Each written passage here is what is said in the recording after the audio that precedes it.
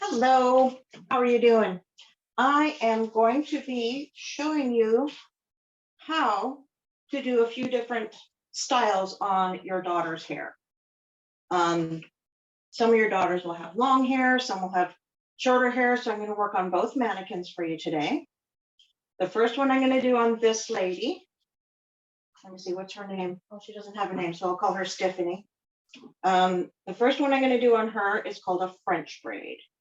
And if I may recommend, some of you will not know how to do braids at all.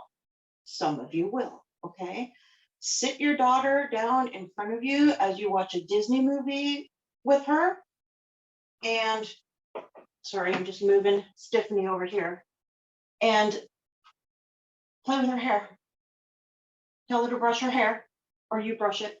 And the best brush, like best brushes, wet brush. The wet brush rules, okay? So how are you going to do this when you're doing a French braid, okay? There's two different types. There's an inverted braid where the bulk of the braid sits inside the hair.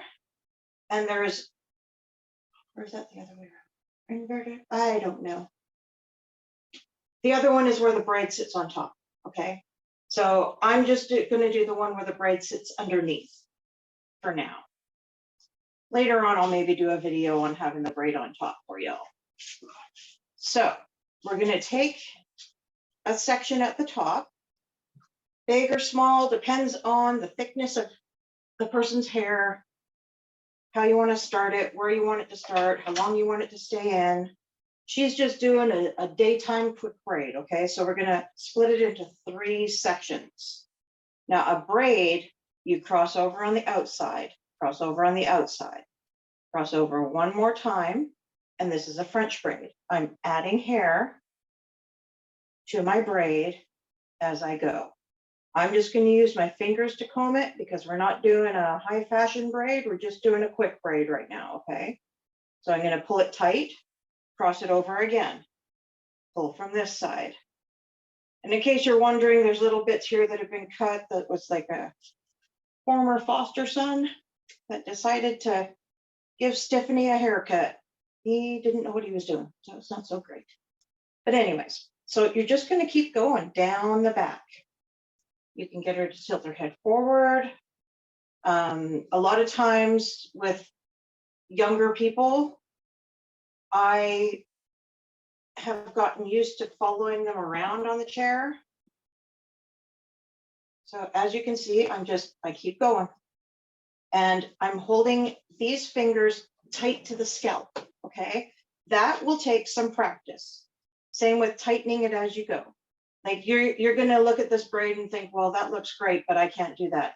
This took many years of practice, okay?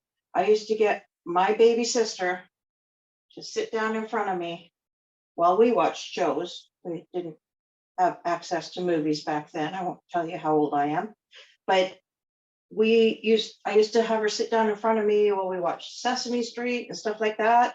And I would play with her hair and I would make braids. And this is even before I got into cosmetology.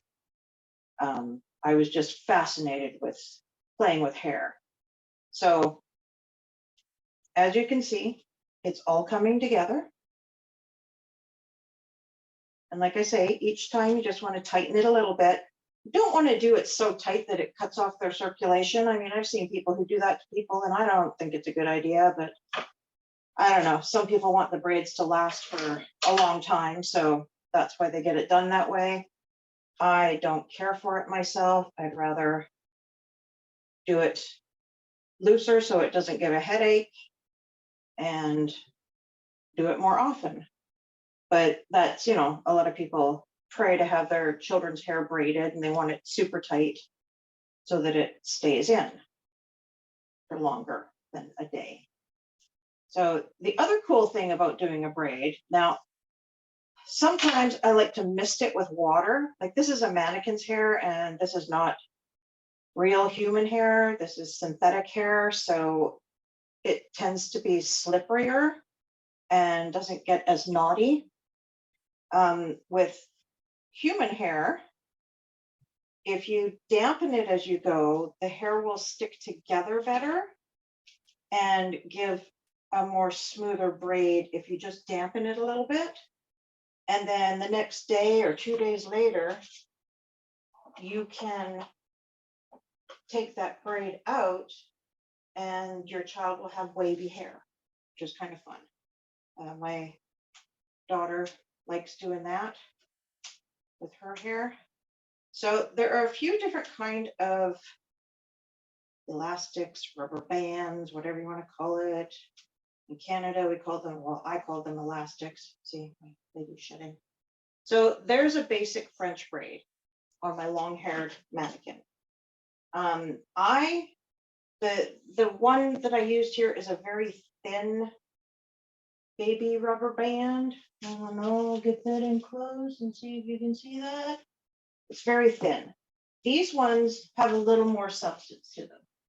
And these kind of things you can get like in packages. I keep mine in a little box because my daughter decided to organize it for me.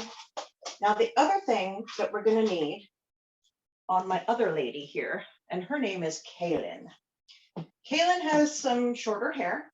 So we're going to find with hers that some of her hair is going to want to fall out, okay? So I'm going to show you how to use some bobby pins. A lot of people put bobby pins in incorrectly. And you know, quite honestly, I've been doing hair for like more than half of my life. And I used to put them in incorrectly as well. So I'm taking my top section, like I did with Stephanie here, pulling it out, combing it, well, brushing it.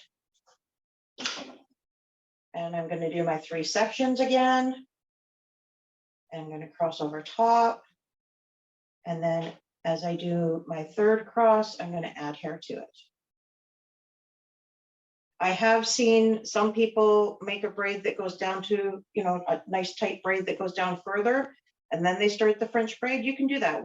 Once you figure this out, you can experiment with all sorts of things like that. So let's see here. Let's see how quickly I can get this done. So I can show you how to use bobby pins on hairs that are falling out or not cooperating. There's lots of different tools and tricks and tips and stuff like that that I would love to show you all. And I tend to do that with a lot of my customers when they come in. I tell them different ways that they can style their hair, different tools they can use to make it do that. I especially like to teach science when I'm doing hair, because hair is all about science. It's when you put water in hair, you're breaking hydrogen bonds. When you're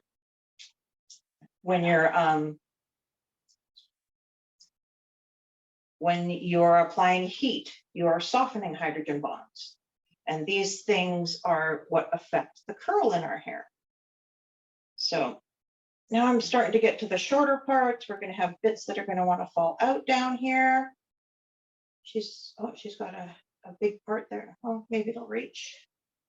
Okay, here she is. There's her braid so far. I like having her on this thing so I can turn her around like that. It's kind of fun. So anyways, I just like to give tips and tricks and tell people how they can do different things with their hair that I've learned over my many years of doing hair. Okay. So she has a very short little braid here, and it's got bits and pieces falling out. So first off, I'm going to make sure on Kaylin to use one of the thicker elastics, just to hold it in a little bit better. Okay. Now I want to tuck it up and underneath. So I'm just going to go like that. And so here is a bobby pin. I will also show you, there's a few different tools you can use to help out. Okay. There are, and of course I have giant, oh, is that a smaller one? No. I have like these giant hairpins. Okay. I use these to put my hair up in a bun. These are bobby pins. They have like the little bumpy side here. Now, most people put the flat side towards their scalp. it's the bumpy side you want to lock in and put toward your scalp. So, new trick. Well, no, old trick, but new information maybe. So I'm going to take my bobby pin and I am going to put it in this way so it locks it in better. If she had, let's say she had some hair falling out at the sides, I could pull that back and just put a bobby pin there. Just make sure that you're putting the bumpy side towards the scalp. That's going to help. Like I say, it helps lock it in. With a mannequin, it's not so important because they have a plastic head that doesn't move. With people, it's more important because we have skin on our scalp and our scalps move, and that's going to help lock that in. So here's my short French braid. Here's my long French braid. And I will include a PDF with this so that you can refer to that when you're sitting down in front of the TV with your kids and playing with hair. So I hope this has helped you, and I hope you come back for more because I'll be teaching more. I think next time I'm going to teach a fishtail braid. That's a very popular one. Thank you. Bye.